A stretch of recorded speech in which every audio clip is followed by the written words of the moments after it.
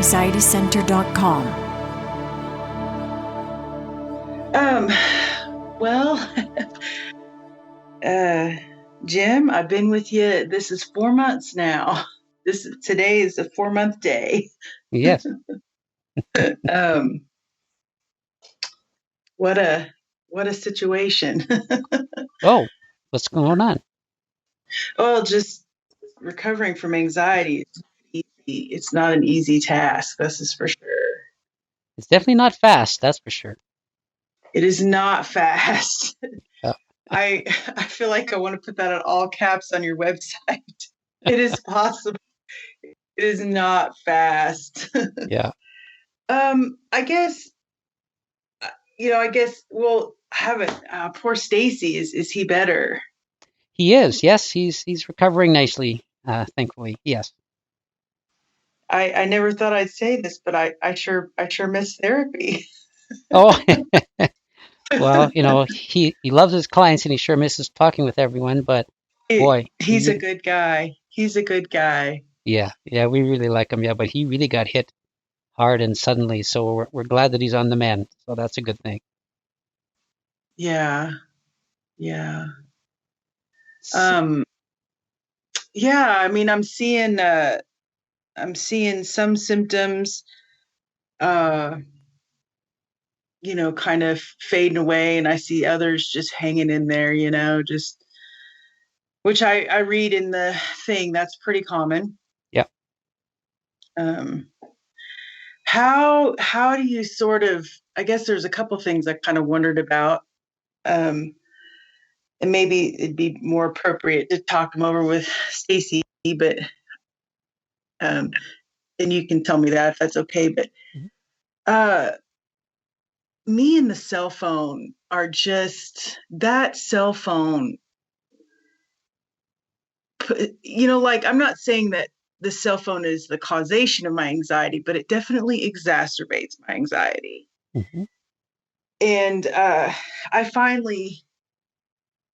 had several times where I've turned it off and put it in the drawer, but a couple weeks ago, things kind of came to a head with me, and I put it in the drawer, and I gave myself a time limit on when I was like, I just have to really do whatever I can to make symptoms reduce right now. Like, that's my goal. Mm-hmm.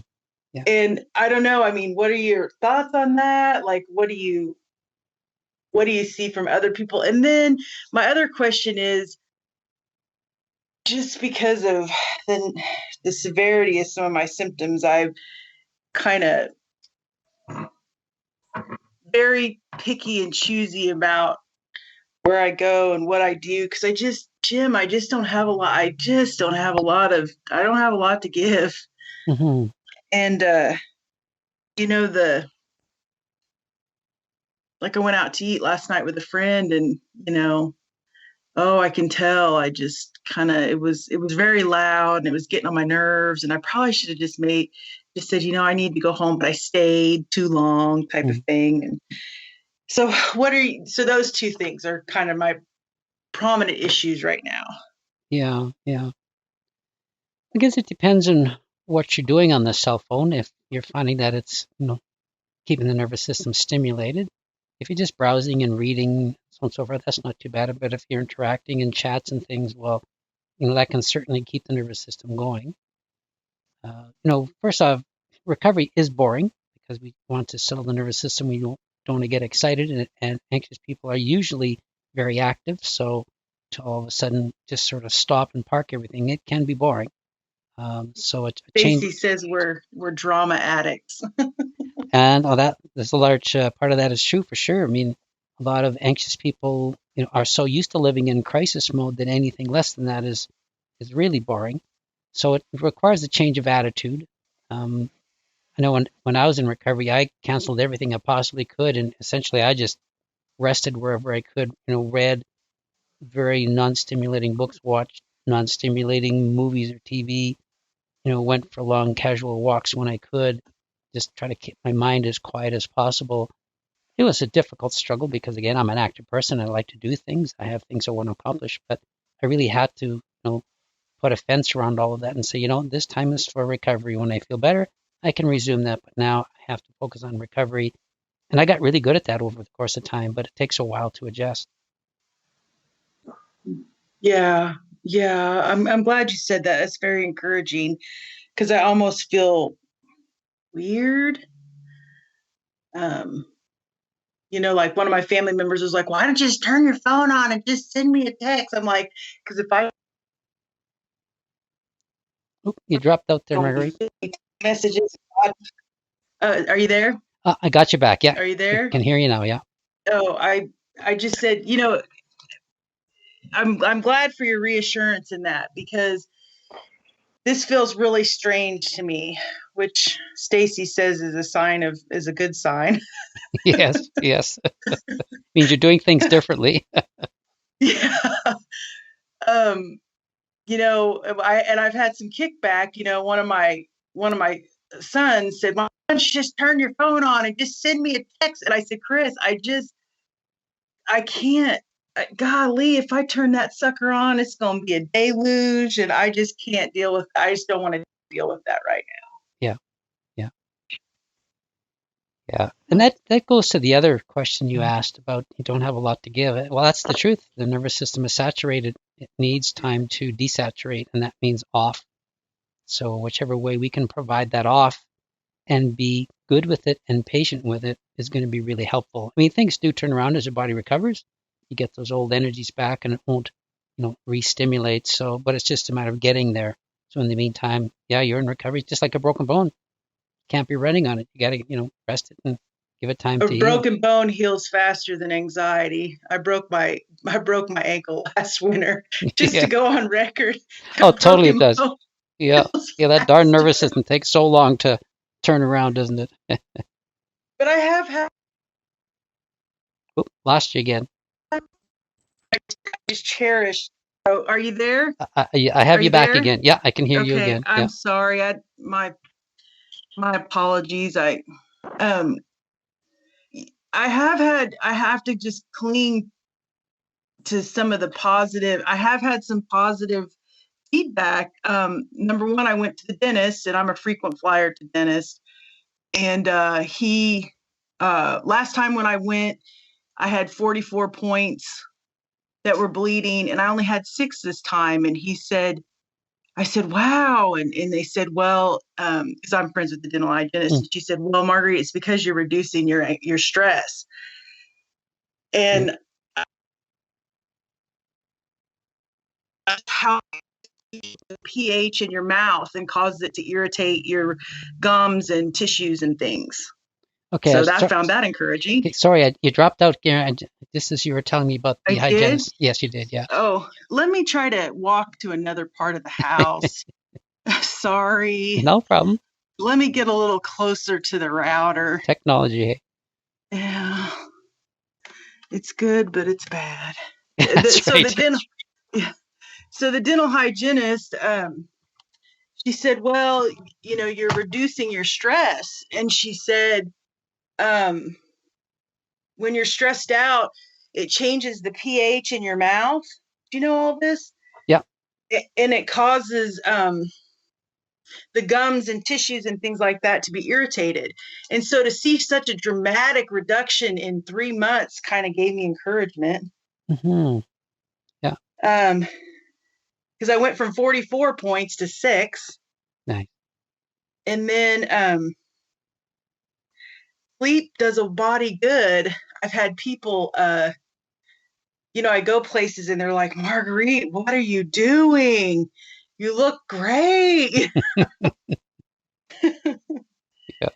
um, so I try to take those as positive I try to revel in those. And Mm-hmm.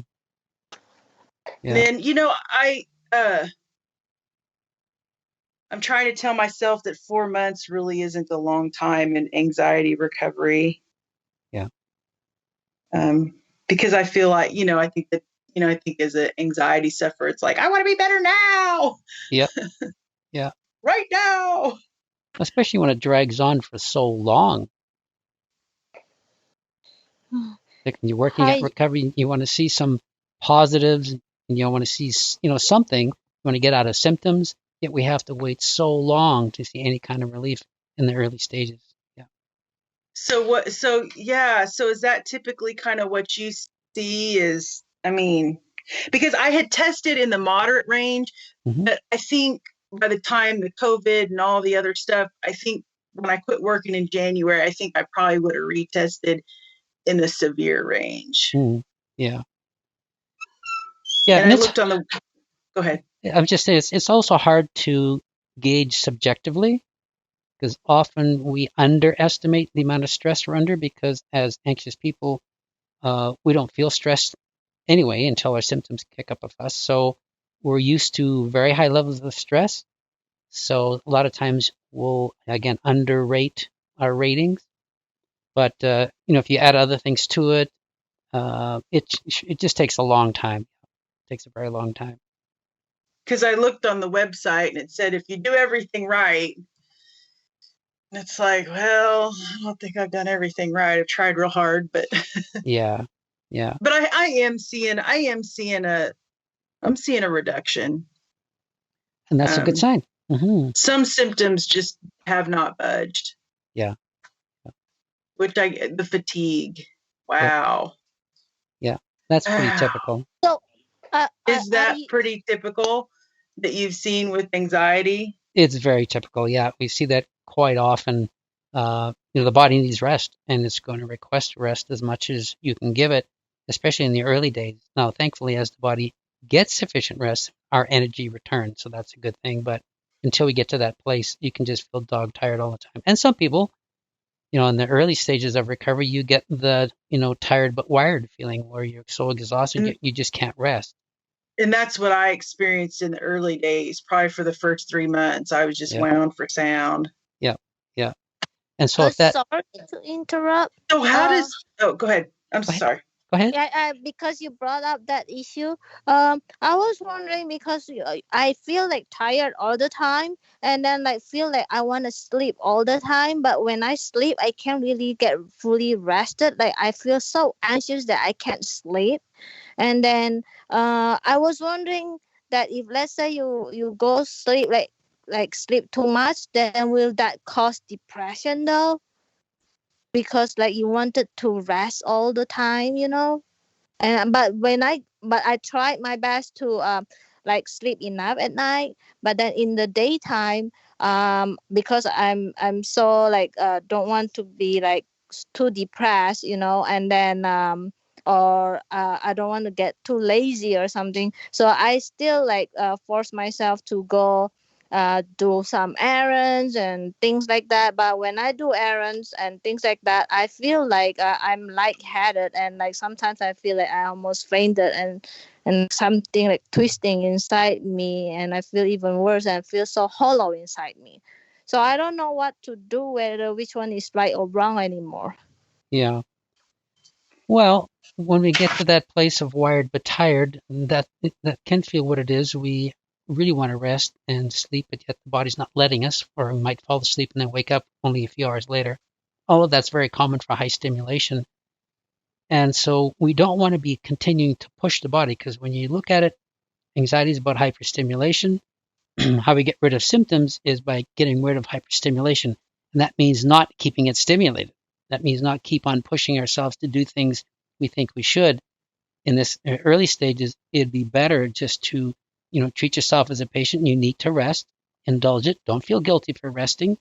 And if there's a concern about depression, there's no reason to be, concerned about depression, because if you remember from the website, we have the stress cycle.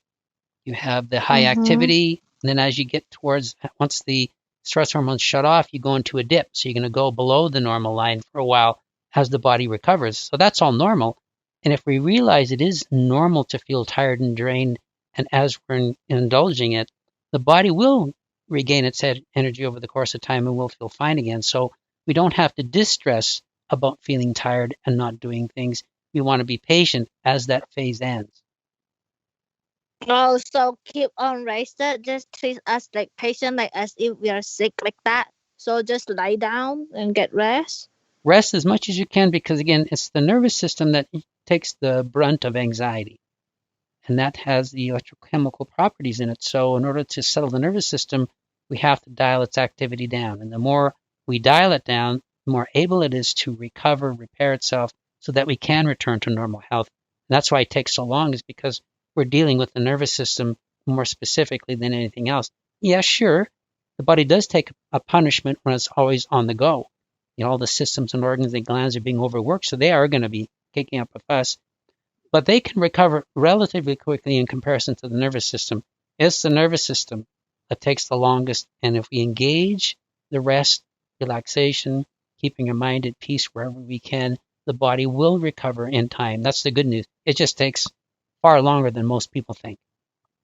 Yeah, so right now I'm in a state where my body is so hyperstimulated that it's like when I walk, it feels like inside me is like twisting, and then it's hollow and is weak, and jittery. It's not jittery. It's like jelly. My body is like jelly. So Yeah, um like as if I'm boneless. Is that all normal? it is. And again, that's just a good indication of the level of stimulation. Uh, Oh, if, for okay. example, if you were to drink, 5 or 6 cups of highly caffeinated coffee, you'd experience the same kind of jitteriness, because the stimulants get the nervous system going so much it just jitters. It's just like, you know, uh, vibrating. Again, that's just an indication of the degree of hyperstimulation. As we calm the nervous system down, that level of stimulation diminishes. So, It- again, everything it's you've not said, it's not vibrating. It's more like it's like as if inside me is nothing no more, and it's like thin. So it's like there's no flesh or muscle. Everything inside, there's nothing inside. So I feel like as if inside me is like is just like a jello. mhm. Yeah. And everyone can describe their symptoms subjectively, meaning they interpret how they feel based on a certain set of beliefs that they have. And while you might describe it that way, another person might describe it a different way. Nevertheless, it's caused by the same cause. Okay. When the body gets really stimulated, that's how it can feel. And then we can interpret that feeling, using a whole bunch of different types of language and descriptions. But hyperstimulation is the cause. To get rid of that feeling, we have to get rid of the cause, and that means calming the nervous system down over the course of time until we feel better. Oh, okay. So just continue resting, huh? Okay. And then another one is I'm sorry to interrupt the other person. I don't know what's their name. That's Marguerite, yeah. Hmm. Yeah. Oh, I was just gonna ask Jim, like moving forward, like I mean, I still have quite a bit of symptoms, the muscle pain, the eye stuff. Um, I am handling them better, and I do see a reduction. But so, how do you sort of begin to, like, at what point do you kind of, I know I have anxiety, I know my symptoms are caused by anxiety, and how do you, but I know I need rest because I still am very, very tired, Yeah. and still have a lot of muscle pain and eye stuff. So how did you kind of start to at what point did you kind of start to re-engage, I guess you could say, in your recovery process, re-engage with society? Yeah. Well, I still had to work. I couldn't quit work, so I was still, that part of my day was going on. There was lots of days where I couldn't. I called in sick and so on and so forth, but I still had to work. So that part of my life was still engaged, but I disconnected from everything else, and I only started re-engaging in everything else when I felt a lot better. Now, I wasn't 100% better by any stretch. I still had some symptoms, but they were way less than when I first started. And then when I started to re-engage, I was really picky about what I did.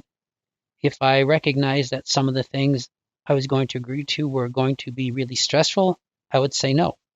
I would pick the easy ones where I thought, well, I can go there maybe for a half hour, an hour, and then I come home, I can be fine. I was really picky with what I did so that I didn't push my nervous system too hard as I started to re-engage with life. Now, there isn't going to be a one size fits all because you're going to have to determine, what things stimulate you, how long you can tolerate that, how your body responds, and so on and so forth. So you'll have to be the judge in terms of what you can do, but you can re-engage in life anytime. Now, if you don't feel good, if you're tired all the time, don't force yourself. Engage the tiredness.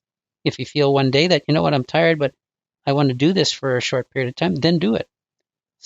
Again, the biggest barrier to recovery is anxious thinking. It's worrying about things, it's stressing about things. And so, for example, if we get highly stimulated in engaging conversations, we avoid those. But we can still go and do things leisurely. So again, you'll have to decide what your body can tolerate and for how long until your body's to the place where it's pretty resilient again. Yeah, I appreciate your encouragement in that. I do, because I think naturally, intuitively, I kind of want to do that, but then it's the whole should, ought, driven, Yep. all the things that got me anxious. Yep. And I have a hard time telling people no, and Yeah. well, why can't you come? Because I'm gonna be down and out for like a week. You just, Yeah. and I know, and I try to be patient because I know if a person hasn't ever had anxiety, it's hard for them to comprehend. Yes. Yeah. I mean, So what that does to our nervous system, what that does to our nervous system is just is bad. But yeah, so I've just been trying to tell myself, okay, Marguerite, you're not going to put any time limits on anything. You're just going to take it day by day. Yeah.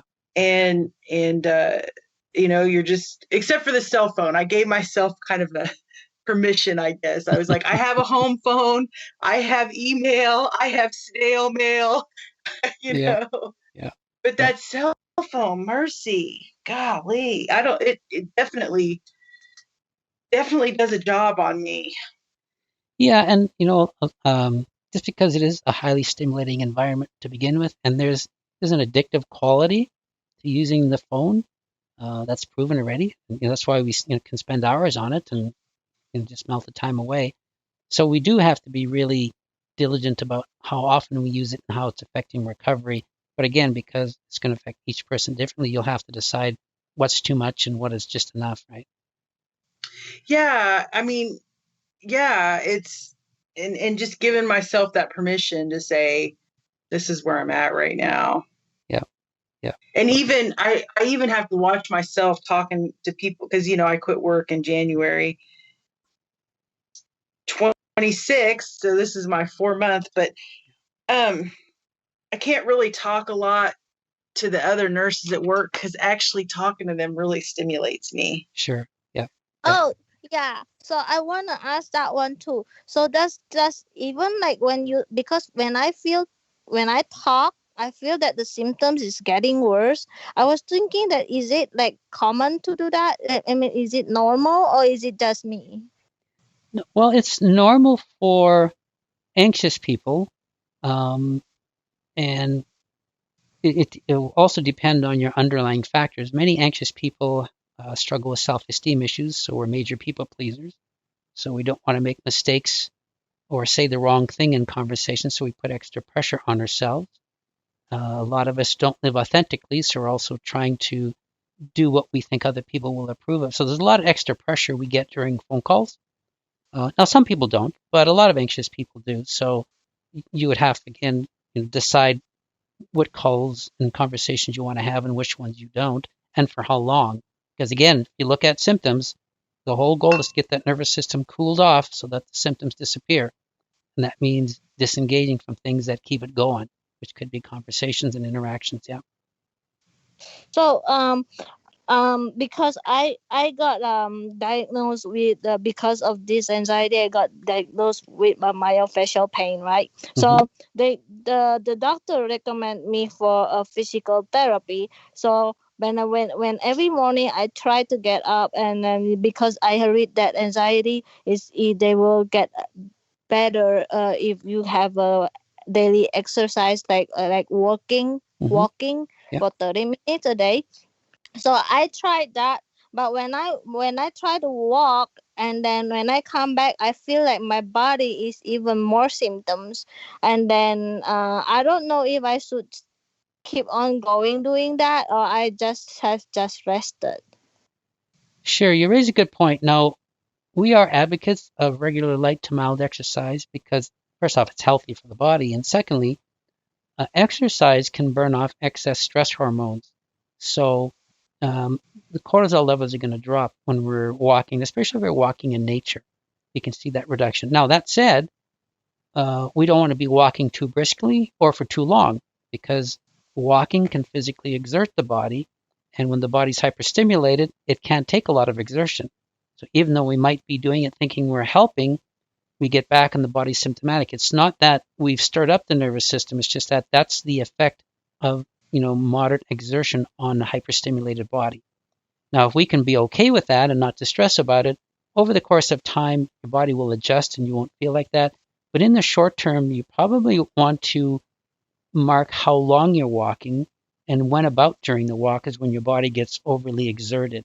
Because hyperstimulation taxes our energy like crazy and it can't take a lot of exertion. So in the early stages of recovery, you'll have to find out where that definitive line is between just enough and not too much. Oh, so you have to feel it where I can feel the symptoms and then I have to stop, something like that when I start walking. Usually I walk about 5 rounds, about 30 minutes around the blocks. Yeah. If you're Uh, walking, yeah, if you're walking leisurely, not working up a sweat, maybe slow down.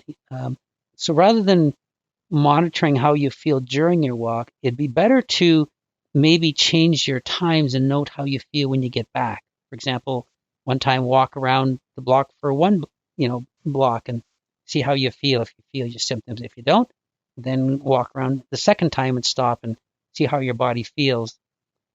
Maybe you can slow your walking down. Whatever you can do to keep going, keep exercising, yet not to the point where you're really stressing the body. That's the sweet spot, if you want to call it that. But again, you'll have to decide what is too much and how, too long and too hard. oh, okay. And then another question, just now you talk about the hardest part is the anxiety thought. And then there's one thing too that sometimes I got a lot of this actually, but I believe that all the anxious persons do that too. They have like from time to time they have all these negative thought that come out. Yeah. Sometimes it has the things that like saying something bad about you, or sometimes it asks you to do something bad, like let's say I go to shopping or something, and suddenly there's a negative thought or saying that, oh, just steal it or something, Yeah. Yep. and then which I know is wrong, but I never done that, Yep. but then I how do I actually stop that thought, and what should I react? And sometimes it tells me all the bad symptoms too, like, oh, you probably have this and have that, like you probably Yep. have GERD, or you probably have migraines or something like that. Then so sometimes I will just and when that thought came out, my symptoms get worse. Yeah. And then to calm my symptoms down, I will start to saying, no, I don't have migraines, and then I'm fine, I'm safe. I keep saying that, and then Yep. but every time when I say those kind of stuff, and it get even worse. Like last night I tried, because I heard that you can just write down everything, like journaling Mm-hmm. all the bad thoughts out. So I try to listen to my bad thought, and then I write it down on the paper. Yep. And then after I write all the paper write down, and then I tear that piece of paper and go and burn it out. Mm-hmm. So but at night when I sleep, i I feel I feel the symptom is getting worse, and even like before I feel the hotness and heat inside me, but right now it flipped over, and as if all the hot and heat is on top of my head and is pulling my head so hard that I couldn't sleep at night last night. But I keep forcing myself to sleep Mm-hmm. by focusing on the sound of the clock, ticking, Yep. instead of like keep thinking about my my thought, like the negative thought and things like that. It keep a lot of negative thought, and I don't want to pay attention to that. So I keep focusing my attention to the clock ticking, and in the end I fell asleep. Hmm. And then but then the symptom is very very very strong, and I try to ignore it by keep focusing my mind on the clock ticking. So yeah, so that's my questions. Okay. How should I react to the negative thought, in order so that I don't get even more worse? Sure. You The bet. symptom. Well, Christina, let me do this. Let me chat with Marguerite, just, finish up our conversation with her. And then I've made Mm-hmm. a note of your questions and I'll come back and then you and I can talk directly, okay? All right, thank you very much, Jim. You're welcome. That I'm sorry, Margaret. Oh, Nope. it's okay. Yeah. Right. I was there in January. Yes, totally. Hey. Oh, I just was looking at the Skype and I was thinking back and I was like, oh, like the little Skype conversations, and I was thinking back to January and I was like, holy smokes. Yeah. I'm doing a lot better than I think I am, Well, and than I that's give myself credit for. all good. And that's a good way to look at it because sometimes progress is so slow, we only notice it when we look back. Yeah. Yeah. Yeah, I like that. You said that. I do. Yeah. Yeah. So that's a good thing. I it took me shucks, it took me after January 26th, because I counted, it took me almost exactly 6 weeks before I slept a whole 5 hours straight Yeah. once. Yeah. And then, I mean, but yeah, I mean, I can see, I can see definitely. I mean, when people are coming up to you and they're like, God, what are you doing different? I mean, what are you doing? It's like, well, I'm sleeping. Yes, right. It's like, I can't really say that, but, I think that it's like, well, I'm probably sleeping. Yeah. Um, No. just try. And I remember what you said at the beginning, just indulge the fatigue, indulge the exhaustion, Yep. the muscle pains, the muscle tension. You almost got to kind of endure those. Yep. Sometimes it's pretty bad. Sometimes if it's super bad, I break down and I take some over the counter stuff. But Yeah. That's all right. Yeah. you Yeah. know, I just you just do what you can. As far as exercise, I I was trying to get on my bike, just very slow to the end of the block and back. Nothing big, nothing stressful, nothing. I ride my Jim. You're gonna love this. I ride my bike so I don't have to talk to anybody. Oh, sorry, I missed that. You ride your bike because of which? So I don't have to talk to Oh, anybody if I'm walking. yes, right. Yeah, yeah. I hear Can you. you? Would you mind just real quick, and then you can help Christina. Would you mind talking a little bit more about anxious people and authenticity and that kind of a thing? Would you talk a little bit more on that? Sure. Because a lot of us have come from challenging backgrounds where either we didn't feel, uh, authentic, or we could live authentically because of unhealthy boundaries or how we were parented. We grow up um, trying to be what we think other people want us to be. So we adapt our lives to what we think we should be living like or how people respond. A lot of anxious people are major people pleasers. They want to be liked and they want to be loved and accepted, so they think making people happy is a way to do that. Some people take that same people pleasing behavior and think that it's their job to care for the world, not to make anybody upset. So we have these old program beliefs in us that drive us to people pleasing. And when you're a people pleaser, you can't live authentically because we think that if we do something someone may not like, then they won't like us and then we lose them. So we can't live the way we really want to live. But that's highly stressful because we're always having to second guess what we think others are going to do. And then when you look at the population, if we have 10 friends, each one of them is going to have different expectations. And so we're trying to meet each one of those people where we think they want us to be. And that's just a whole lot of work and stress, of course. Yeah. But when we live with healthy boundaries and we realize that, you know what, we're not going to be accepted by everybody, that's just the reality. We're going to be accepted by people who like us for who we are and not by what we do.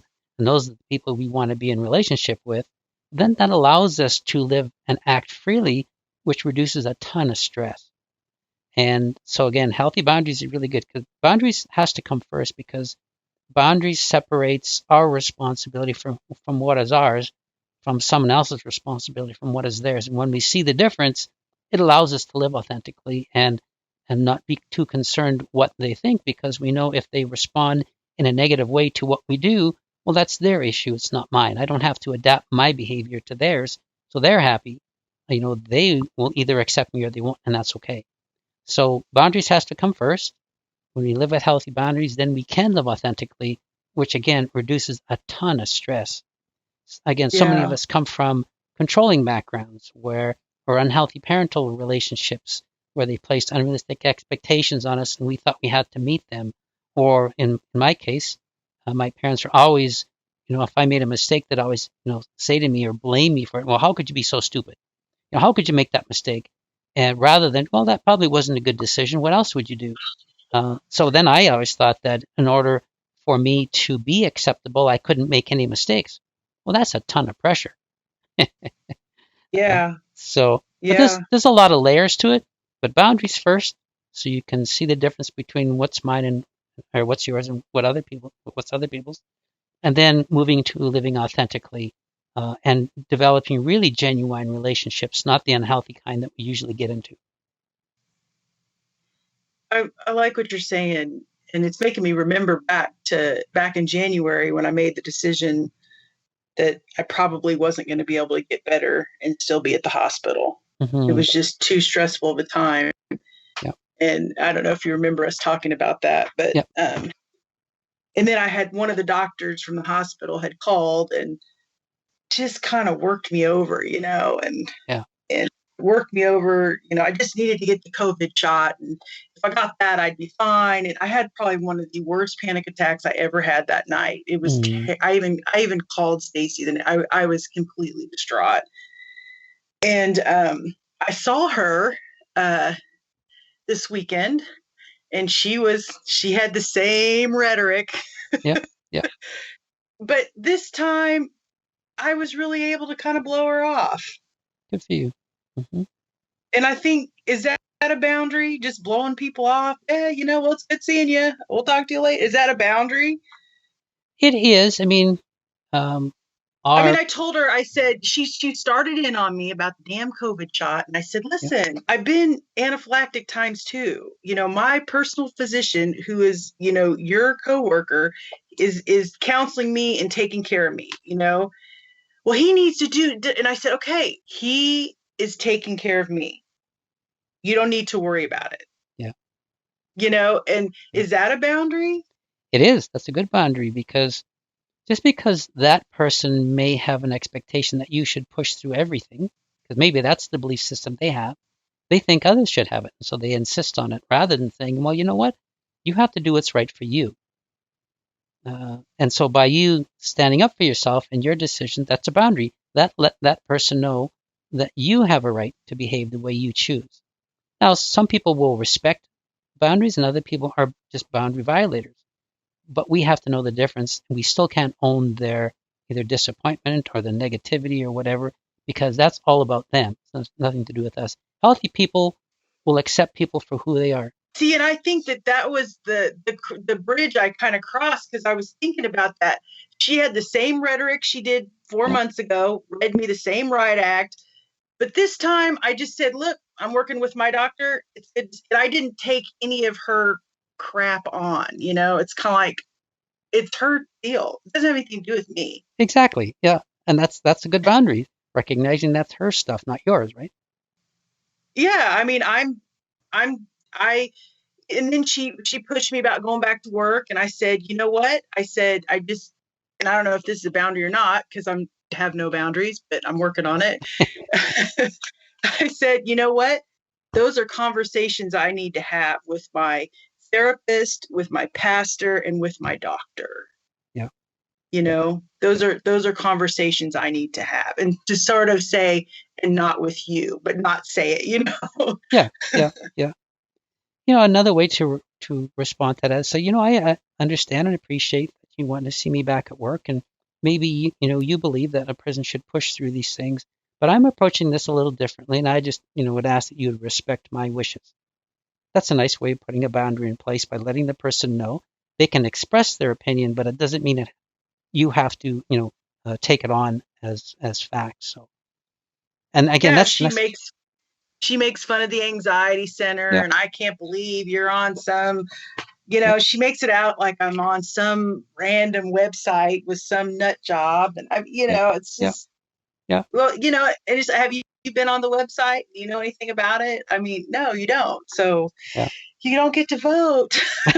yeah. That's right. And that's So well, you're in the medical and profession. just not getting stressed in the moment, kind of trying to stay clear and say, okay, what she's projecting on me doesn't have anything to do with me. Exactly. Yeah. She wants you to have it and own it, but it's your right to say, no, I don't accept that. You're entitled to your opinion, but I have a different opinion. Thanks. And that's how healthy interactions should be, right? They should be respectful of each other, but also respect what the other person decides to do. Yeah, exactly. Like, I mean, I kind of have a friend who she does the same. That's just how she is. She just railroads people, and Yeah. in her heart, she thinks she's helping, and you just kind of think, God, she would benefit so much from some counseling. But, Yeah. Yeah. Yeah. but just learning where I end and they, you know what I mean? Learning Yeah. that doesn't have anything to do with me. There's nurses right now at the hospital that are maxed out on, like you told me the first time I talked to you, you said there's people that are maxed out on the meds and they're still anxious. So now what? Yeah. Yeah. And Let me ask you this. Do you think you'd have made the progress you have to date had you still been working? I would have gotten sicker, and Yep. I had actually had a nervous breakdown in 2016 where I wouldn't have even qualified for counseling. I probably needed to be hospitalized. Yeah. I was nonverbal. It was bad. Yep. I would have gotten that sick again. Yeah. The body There's isn't. no way. Yeah. The There's body no isn't. way. Not with this COVID, and Yeah. now they're now they've got all this COVID money, so now they're remodeling. And I mean, so no, no. I mean, Yeah. the grief. I've been at home almost 4 months straight, very limited. I mean, sometimes I don't even go to church, I just Yeah. can't do it. Yeah. And I'm talking snail's pace, Yep. snail's pace. Yeah. Yeah. And that's good that you're adopting that and engaging it. Because that's what it takes. Because I wouldn't have got better if I'd have stayed at the hospital. Hell no. Yeah. And I'd have gotten that's right. hospitalized. I'd have been put in the psych ward. Yeah. And that's the place where our ambition or sometimes expectations writes checks the body can't cash. It's just we're just gone beyond what the body can physically manage. And as people who work through this, it's our job to recognize where that limit is and stay within it, no matter what it takes. And now the big thing is part of the reason why I don't answer the phone is they're, well, Marguerite, if you just did this, and Jim, your wife's a nurse, so you totally can get this. Yeah. Marguerite, if you just work these 4-hour shifts, see, we'll work you 7p to 11p, and then this nurse will come in and then she'll do the remainder of the 12-hour shift. Well, Jim, how many shifts do you think it's going to take before I'm on the 12-hour shift overnight? Yeah, I know. Yeah. That's the thing. 1 week, 2 weeks? Yeah. Yeah. Yeah, I know. And that's the sad part about medical systems. Canada's worse. It's just that, they push the people so hard. It's a really bad example for the rest of us who are trying to live healthy lives. Yeah. I don't know what it would take to change things, but it really is a bad model for us in terms of how hard they push people. And they've done, and Jim, God bless, they've done study after study after study after study, and they've gone back and looked at cases where there's been death or, gosh, I've been what's the event a sentinel event, do you know what a sentinel event is? No, explain to me what you mean by A, that. event, event in the hospital that happened that shouldn't have happened. So somebody Okay. got hurt. Gotcha. Somebody got the wrong medication. Somebody got the wrong blood. So a sentinel event, they've gone back and looked through this stuff, and time again, it happens when people are on 12-hour shifts in a row. You don't think something's going to happen? What if you counsel 12 people? You know what I mean? You'd be a set of eyes at the end. You'd just be a melted mess at the end of the day. Yeah, exactly. And so all these bad things happen, and it's because people are too tired or come to work sick. They were working us. This is the craziest thing. We're in a pandemic with COVID, and we're taking care of COVID patients, and nurses get COVID, and then they have nurses positive with COVID. If their symptoms aren't too bad, they make them work and throw them an N95 mask, and that's supposed to just solve it all. Yeah. I know it's insane when you think about it. It's just mad because they don't have enough help. Yeah. They don't have enough, and the system is so broken that 1 in 3 new grads in the United States leaves nursing within the first 3 years. Yeah. And it's not surprising to me because they have a mental breakdown, and they're like, I can't run at this pace. Yeah. There's no way. But no, if I would have stayed at the hospital, Jim, I would have been in the psych ward. Yeah.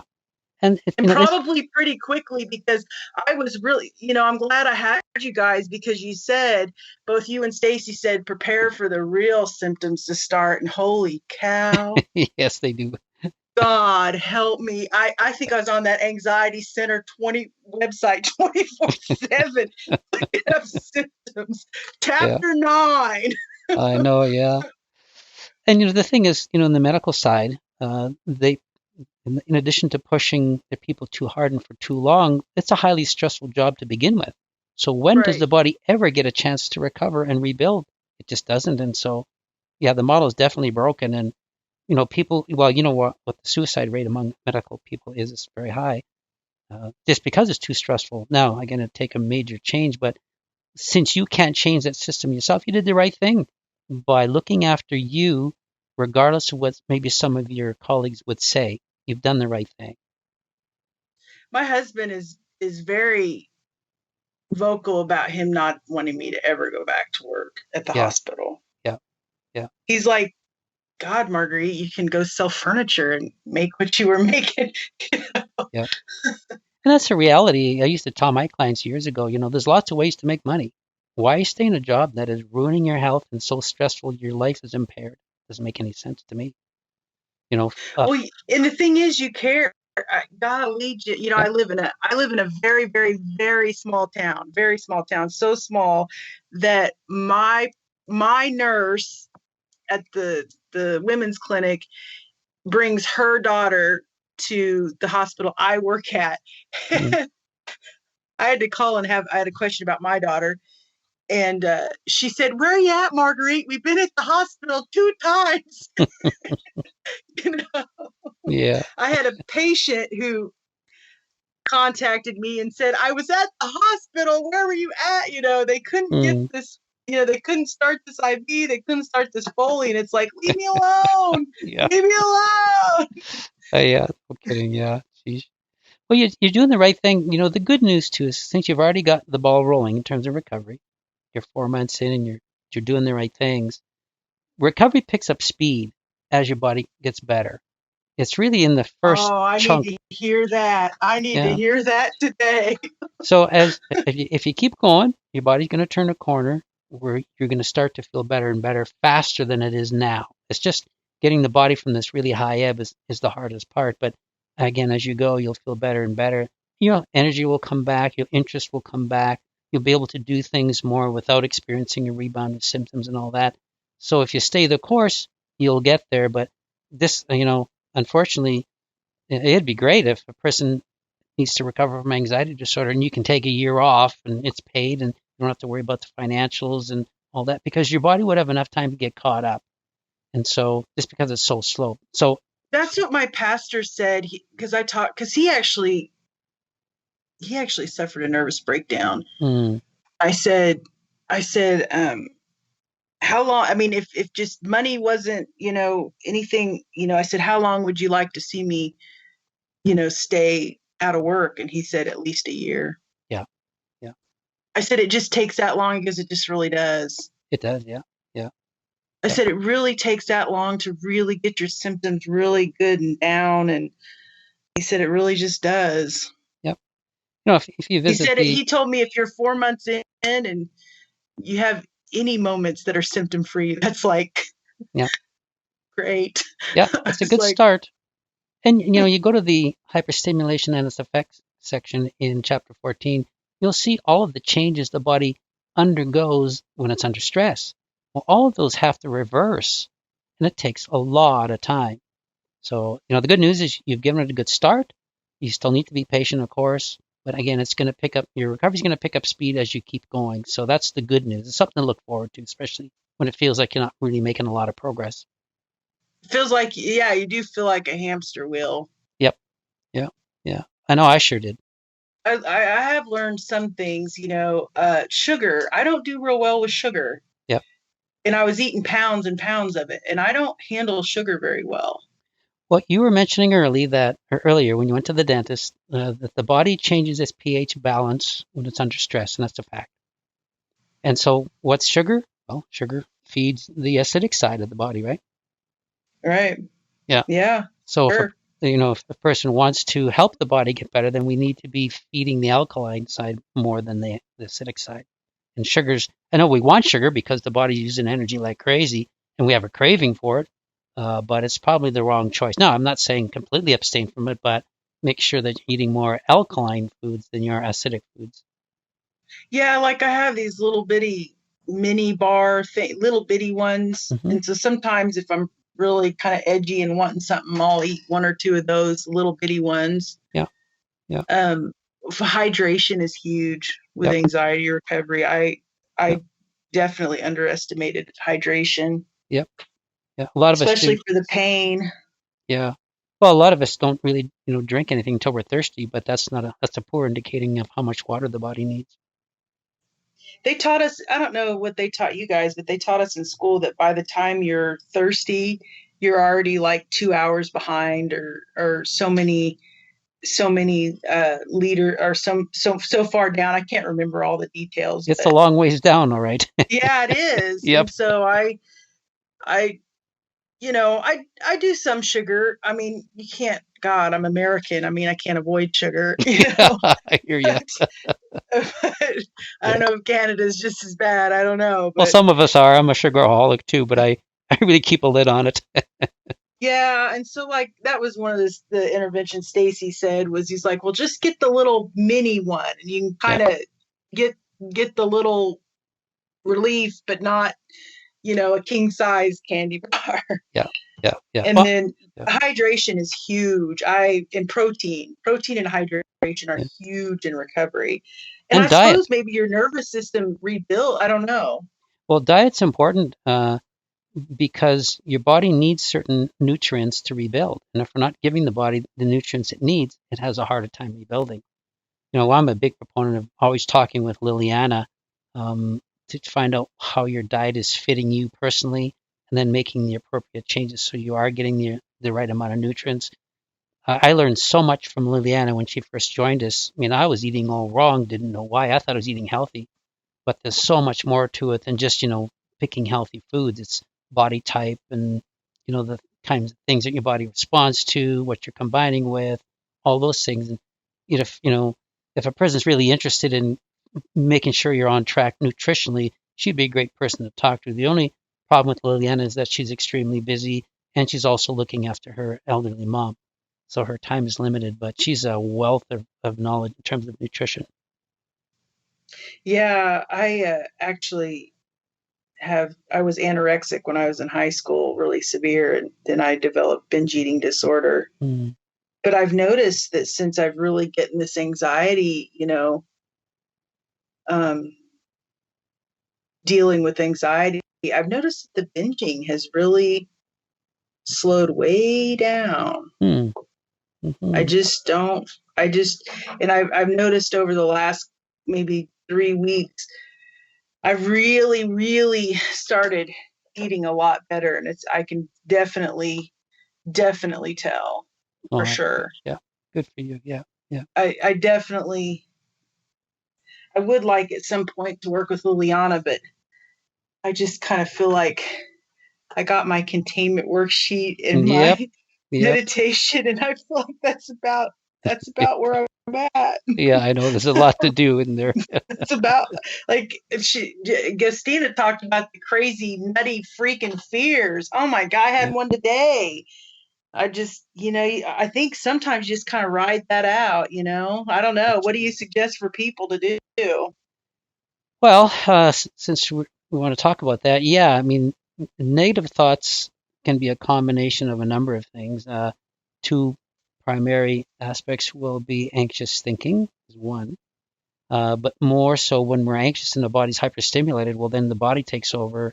And as you know, you probably learned from the materials at the website that the fear center of the brain becomes accelerated, so it's going to be hyper, on vigilant, looking for any kind of thing to say that it's dangerous.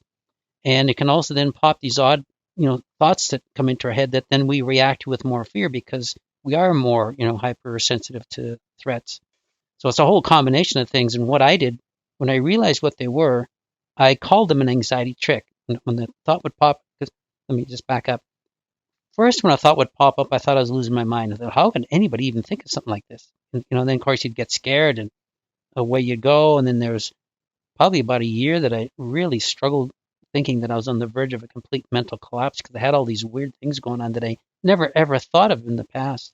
But then when I realized it was because of the hyperstimulation and what it was doing to my thinking, I said, no, you're just an anxiety trick. I'm not even paying attention to you no more. And I would just ignore it. And as I did that over and over and over again, and there were days where I had to do it like thousands of times a day because it'd just be so prevalent. But as I got better at it, and as I got better at ignoring it, they just faded away. And as my body calmed down, they stopped. So there was a direct correlation between the level of hyperstimulation and when these crazy thoughts show up. But I got really good at containing them. Said, no, not doing that, and just blow it off and move on. And that made a world of difference. And you know, so my advice for those who are struggling with those odd thoughts that pop up, recognize it's really not you. It's just a hyperstimulation talking. Treat it as another annoying anxiety symptom.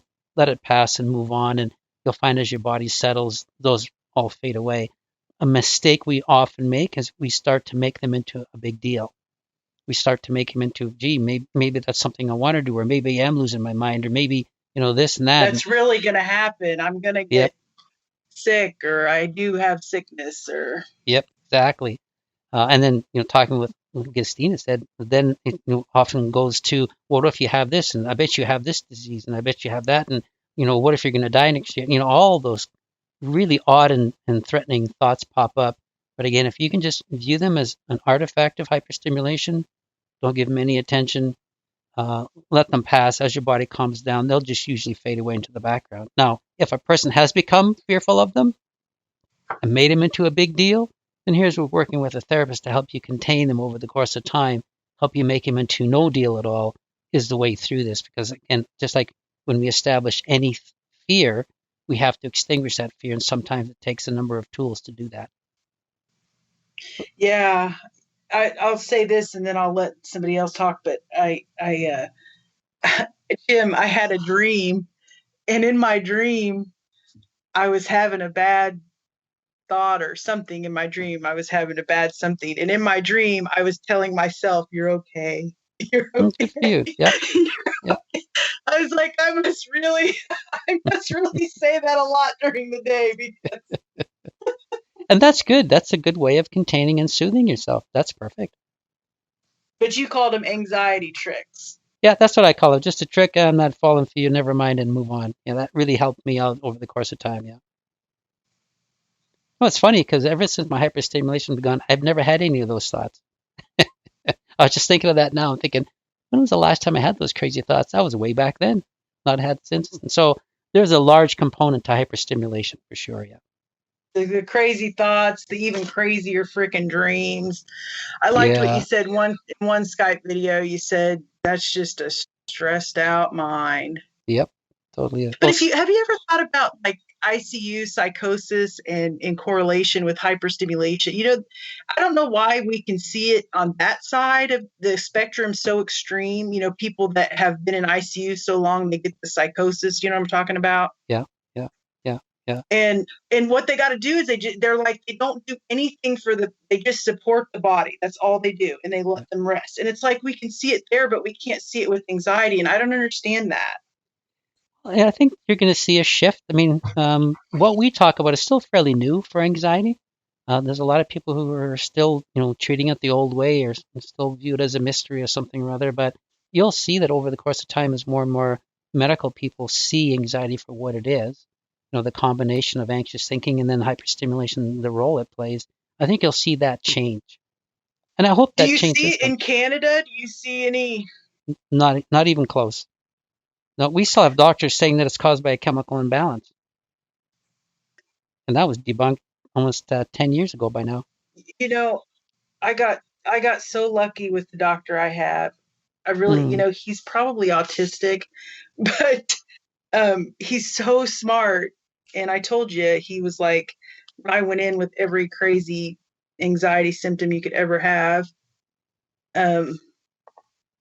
He said, I'm not doing any tests on you at all.